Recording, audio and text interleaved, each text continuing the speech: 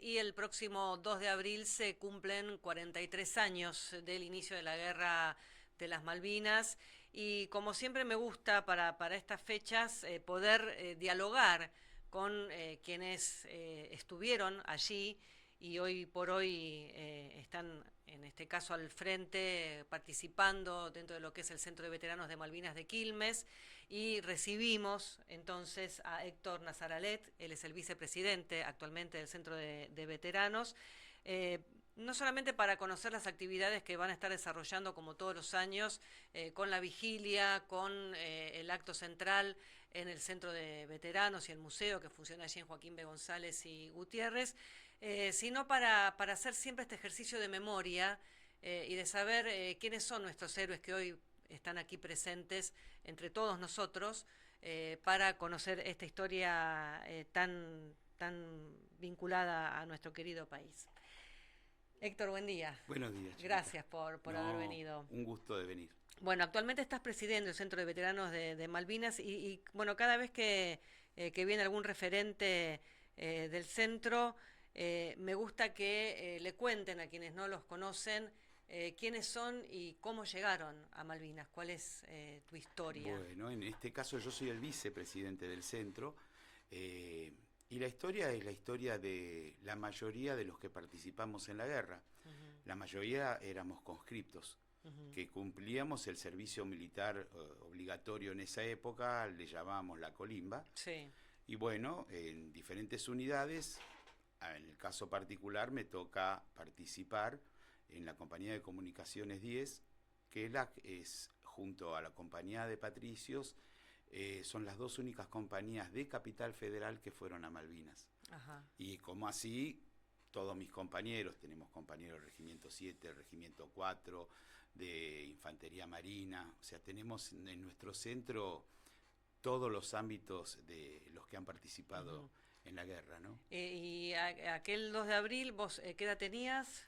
18 años. 18. ¿Estabas en qué etapa de la colimba? Recién... Estaba terminando. Terminando. Ya Terminando, terminando. yo tenía el tema de la colima, me dejaron, no por un excelente comportamiento, me dejaron para la última baja. Ajá. Y bueno, cuando fue el tema del 2 de abril, de la recuperación de las islas, en ese momento, yo soy clase 62, la compañía estaba instruyendo en la ciudad de Mercedes, cabe aclarar que la compañía era de Palermo, estaba instruyendo en la ciudad de Mercedes a la clase 63. Y me entero porque ese día, el 1 de abril, tuve Franco, me vengo a la casa de mi novia y a la mañana tempranito, a eso de las 4 de la mañana, ya tenía que tomar, dice, mi actual señora vivía en Quilmes. Ajá. Y tenía que tomar la Lujanera hasta Mercedes. Y ahí en la radio, que estaba en la Lujanera, me entero que habíamos recuperado las islas. Era algo muy, muy extraño porque nunca pensamos eso. Claro. En realidad el operativo de recuperación de las islas fue mantenido en secreto por todo el ejército, la armada y la fuerza aérea hasta que se produjo el desenlace. Vos calculás que ayer fue 28. Sí. Ayer partía la flota de mar hacia la recuperación de las islas con un operativo llamado Operativo Rosario. Partía todas las 12 buques rumbo a la recuperación de las islas. Y la mayoría de la tripulación no sabía a dónde iba. Se les informa durante el viaje que íbamos a recuperar las islas. En realidad se iban a recuperar el primero, pero por una tormenta muy grande que había, se hizo el primero a la noche y en la madrugada del 2 de abril. Fue un momento de consternación porque nadie imaginaba eso. Pero eran las consecuencias, uno analizándolo con el tiempo nos damos cuenta que eran las consecuencias lógicas de un gobierno que en esa época era una dictadura que daba sus últimos manotazos de ahogado para poder mantener su ideología a través de los años, ¿no? Claro. Y necesitaban una causa nacional que ganara adeptos. Qué mejor que las islas, recuperar las Islas Malvinas. Claro. Y bueno, vos ese 1 de abril te enteraste por la Sí. radio que habían recuperado las Malvinas. El 2 a la madrugada, sí. El 2 a la madrugada. ¿Y se te cruzó en algún momento? ¿Voy a ir para allá Era un momento que no entendíamos nada. Claro. O sea, nosotros en la Colimba estábamos preparados para, como los Boy Scouts, vamos a decir, o sea, tareas que a los 18 años para nosotros eran aventuras. Claro. Nunca imaginábamos que estábamos preparándonos para una guerra. O si cuando hacemos la instrucción dicen esto puede pasar en una guerra, nunca tomamos conciencia. Ese día yo llego al lugar de donde estaba sentada mi compañía, en esa época yo era el asistente del mayor de la compañía, lo despierto, porque tenía que a las 6 en punto de la mañana despertarlo, darle un café y empezar las actividades. Lo despierto diciéndole que habíamos tomado las Malvinas. Él me mira, me dice, ¿vos qué tomaste? Le digo, lo están diciendo por la radio. ¿Y cómo yo no sé nada? Y yo qué sé, les digo. Claro, nadie sabía nada, salvo los altísimos mandos, ¿no? Sí. Y bueno, se comunica con los diferentes altos mandos de todas las unidades que estaban en Mercedes haciendo una instrucción de la clase 63 y reciben órdenes de volvernos cada uno a nuestro asiento de paz. En nuestro caso, volvíamos a Palermo. Y ahí esperar instrucciones. Bueno, esto fue el día 2. Volvimos a Palermo esperando instrucciones a ver qué hacíamos. Para eso se preveía en un principio que el tema de la recuperación de las islas, que eso nos enteramos mucho después por fuentes fidedignas, que era recuperar las islas, estar 6, 7, 8, 10 días y luego volver, como para sentar un precedente para retomar las negociaciones. El gobierno salía airoso, no había bajas, no había víctimas, no había nada, pero bueno, la persona que estaba a cargo del gobierno en ese momento vio que la Plaza de Mayo se llenó y él pensó que era por él y no entendió que la gente salía a las calles por la causa, no por un gobierno. Claro. Calculemos que 4 días antes del 2 de abril el pueblo fue apaleado porque estaba buscando la democracia.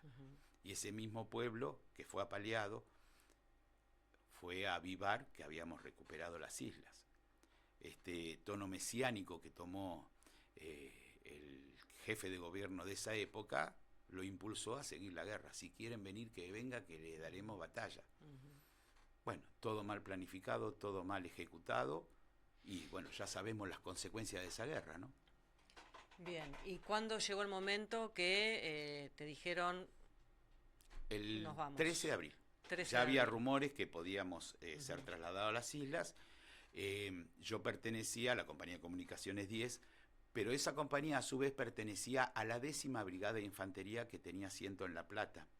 La 10ª Brigada de Infantería constaba de los regimientos 3 de La Tablada, regimiento 6 de Mercedes, compañía de ingenieros 10, compañía de comunicaciones 10, el regimiento 7 de Infantería de La Plata, y toda esta brigada entre el 13 y el 16 fue trasladada a las islas, junto con otras brigadas de, por ejemplo, la 3ª Brigada del litoral argentino, ¿no?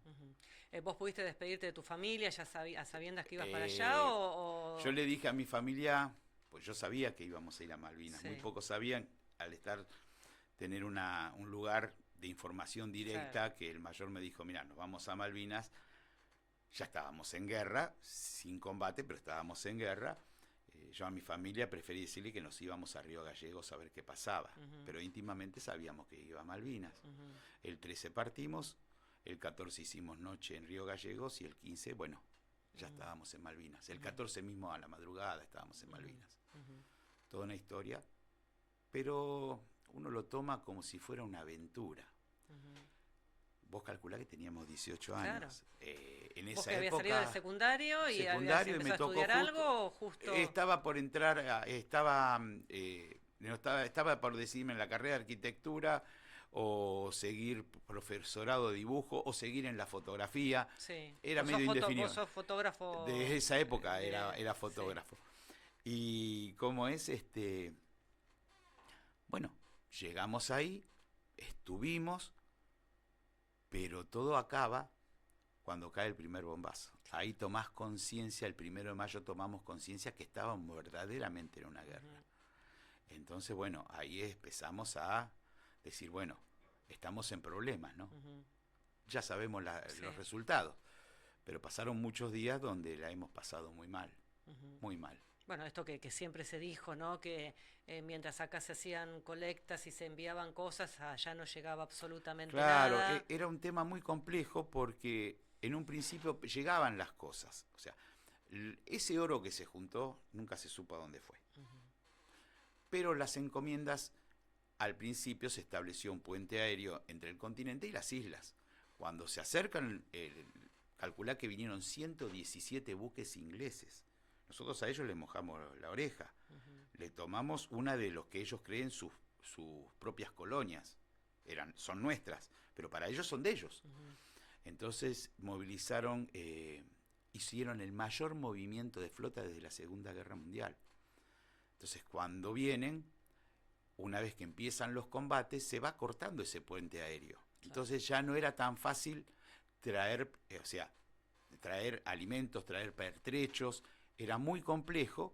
A su vez, todo se concentraba en Puerto Argentino, pero no estaban todas las tropas en Puerto Argentino, estaban en los alrededores de Puerto Argentino, parte en Darwin, que es, o sea, te doy un ejemplo, tenemos las dos islas. En la isla Soledad, que está a la derecha de la isla Soledad está Puerto Argentino. Ujú. A la izquierda de la isla Soledad está Darwin y Ganso Verde.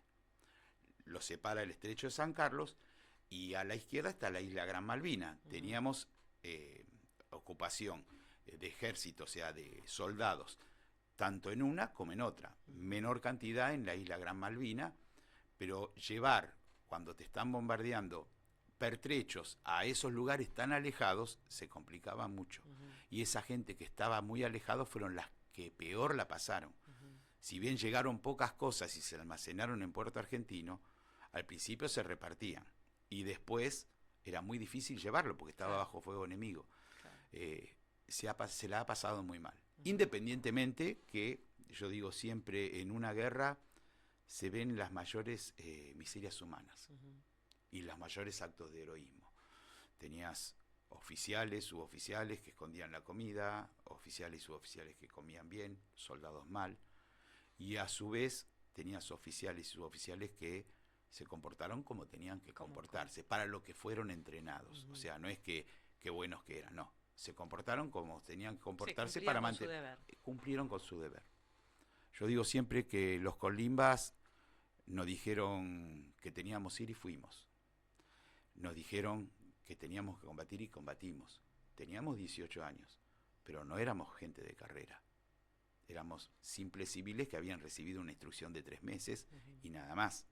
Algunos una instrucción menor, algunos una instrucción peor, pero no dejábamos de ser civiles. O sea, los que más peor la hemos pasado somos los conscriptos. Claro. Independientemente que, como te digo, hubo oficiales y suboficiales malos y oficiales y suboficiales muy buenos, Ujú. pero eran profesionales. Ujú. Nosotros no.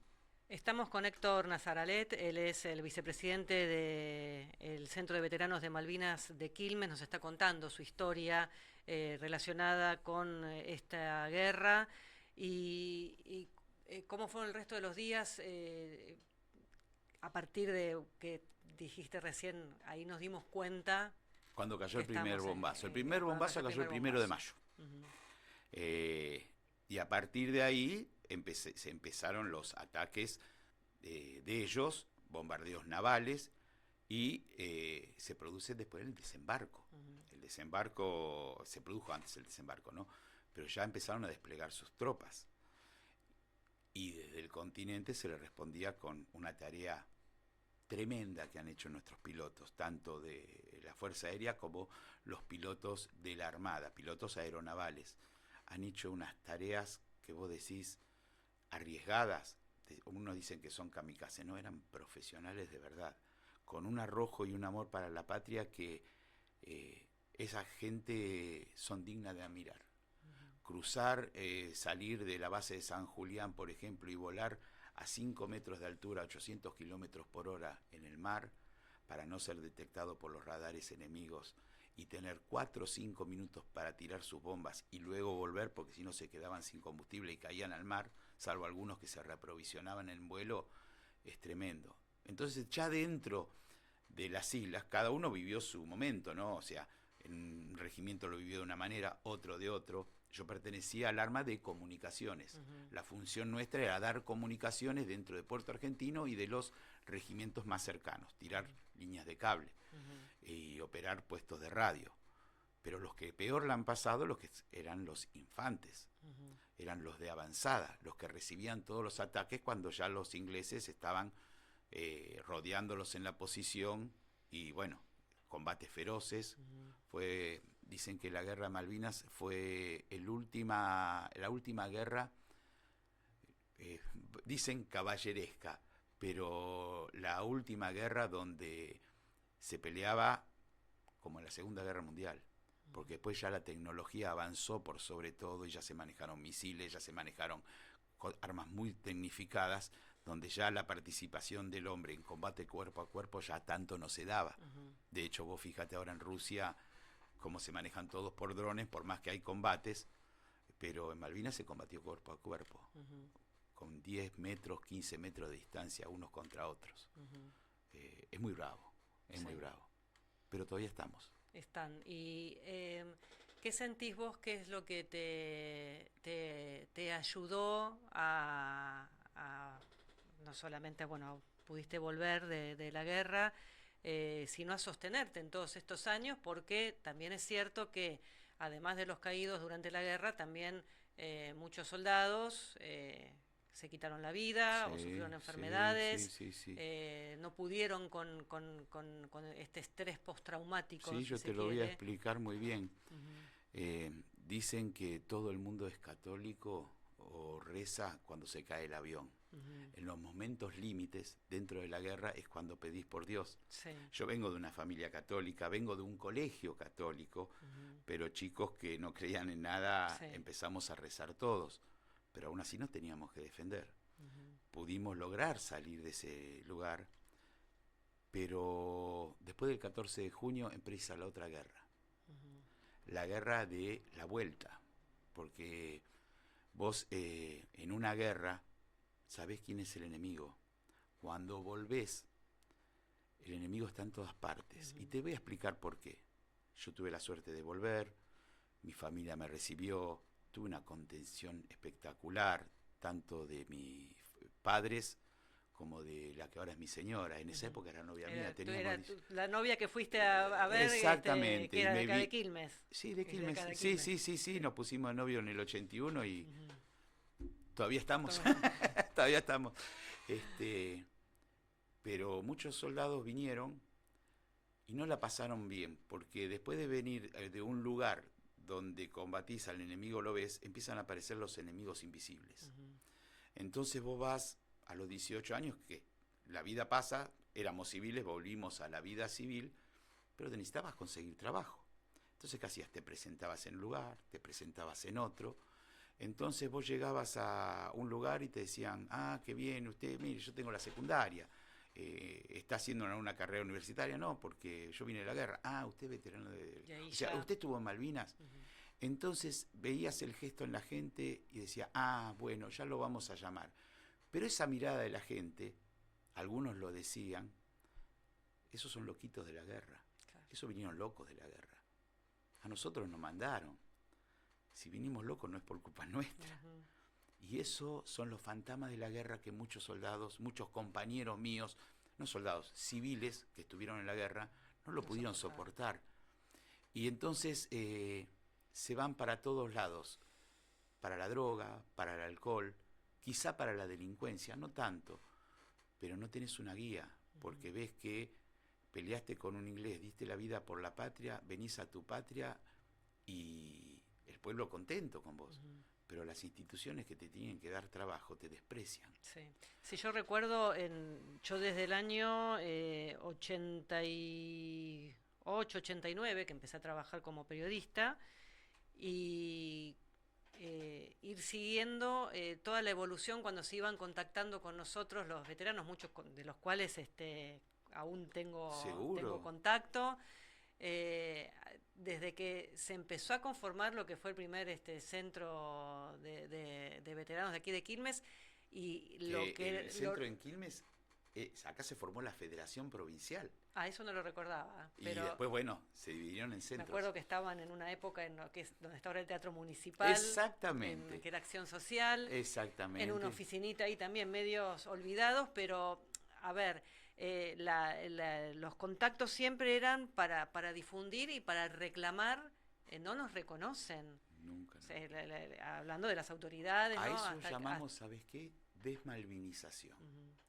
Nosotros cuando volvimos, vos ahora ves una marcha de veteranos y vos ves que el pueblo de Quilmes, el pueblo de la ciudad, el pueblo de Avellaneda, el pueblo de... O sea, el pueblo argentino sale y te da las gracias, se emociona. Sí. En esa época, no pasaba. Los gobiernos, el gobierno central, la nueva democracia, nos ignoró porque éramos los perdedores. Hablar de un soldado que vino de Malvinas era asociarlo con la dictadura militar. Nada más lejos claro. que eso.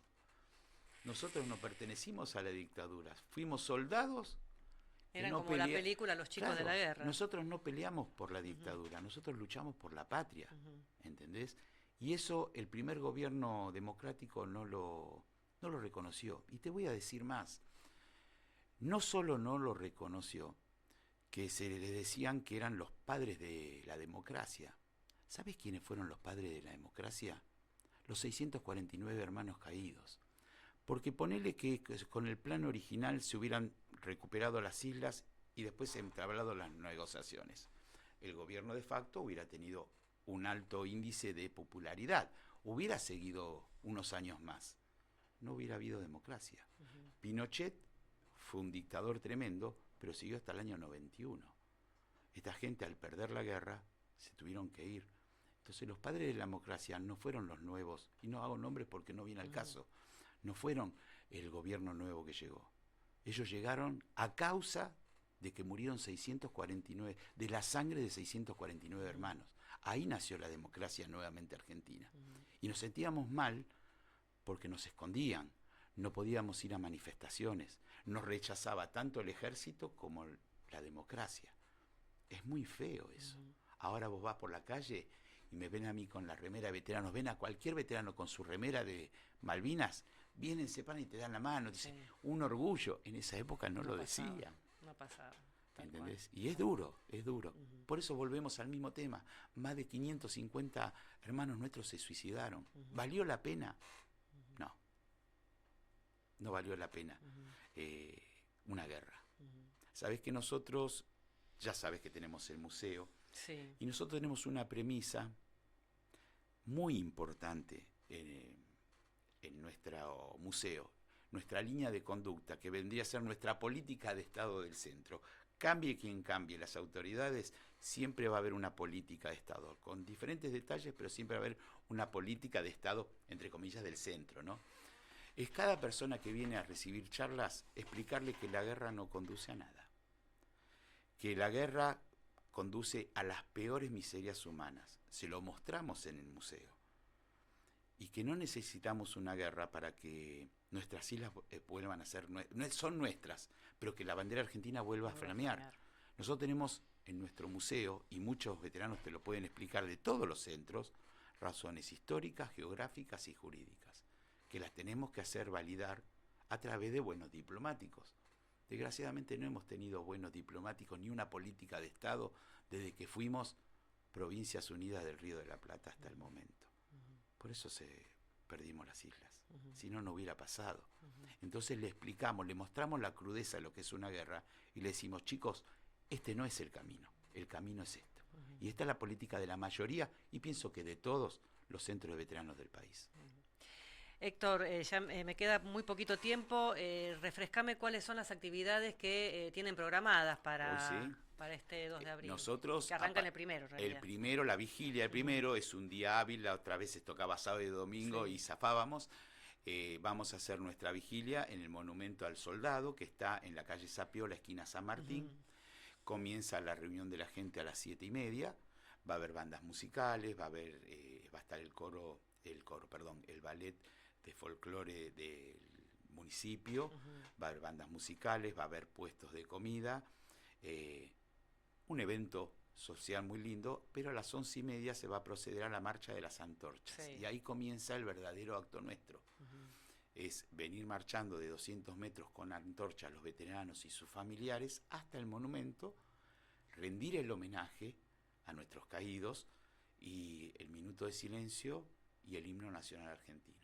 Eso es la vigilia. Sí. Obviamente va a haber palabras alusivas de los presentes, todo, pero lo más importante es el reconocimiento a nuestros hermanos caídos. Y el día 2 de abril, yo no digo festejar, conmemoramos la recuperación de las islas, o podemos festejarla, en el centro de veteranos, Joaquín B. González, esquina Gutiérrez. Casualmente yo vengo de allá, estamos trabajando todo a full, donde también va a haber bandas musicales, va a estar la banda del Regimiento 7, que siempre nos acompaña, tocando silencio, tocando la Marcha de las Malvinas, la Marcha de San Lorenzo, va a haber grupos folclóricos, vamos a recibir a nuestra intendenta, van a asistir todos los veteranos, algunas palabras, y bueno, después se produce el festival. Y algo muy lindo y muy importante, vamos a inaugurar una sala que se va a llamar, ya tenemos para llamarla, Madres de Malvinas, otra sala más de todas las que tenemos en el centro. Es un reconocimiento a nuestras madres y a las madres que perdieron a sus hijos. Y a su vez, con espacios del municipio, vamos a plantar 12 árboles sobre Joaquín B. González, en honor a nuestros 12 hermanos caídos que pertenecen a Quilmes. Quilmes tiene 12 héroes, los cuales algunos nacieron en Quilmes y otros vivieron todo el tiempo en Quilmes. Entonces vamos a plantar 12 árboles, cada uno va a tener la etiqueta y la foto de cada héroe quilmeño para rendirle un homenaje. Ellos son los verdaderos protagonistas, nuestros caídos son los verdaderos protagonistas de la vigilia y del 2 de abril. Héctor, gracias por venir. No, gracias a vos. Gracias por el espacio. Gracias, y no se pierdan la vigilia. Si yo los últimos años he ido casi todos, porque realmente es muy emocionante y es muy lindo poder acompañarlos, así que dense una vueltita por allí, por Zapiola y San Martín, el lunes a partir de las 7:30 de la tarde. Gracias nuevamente.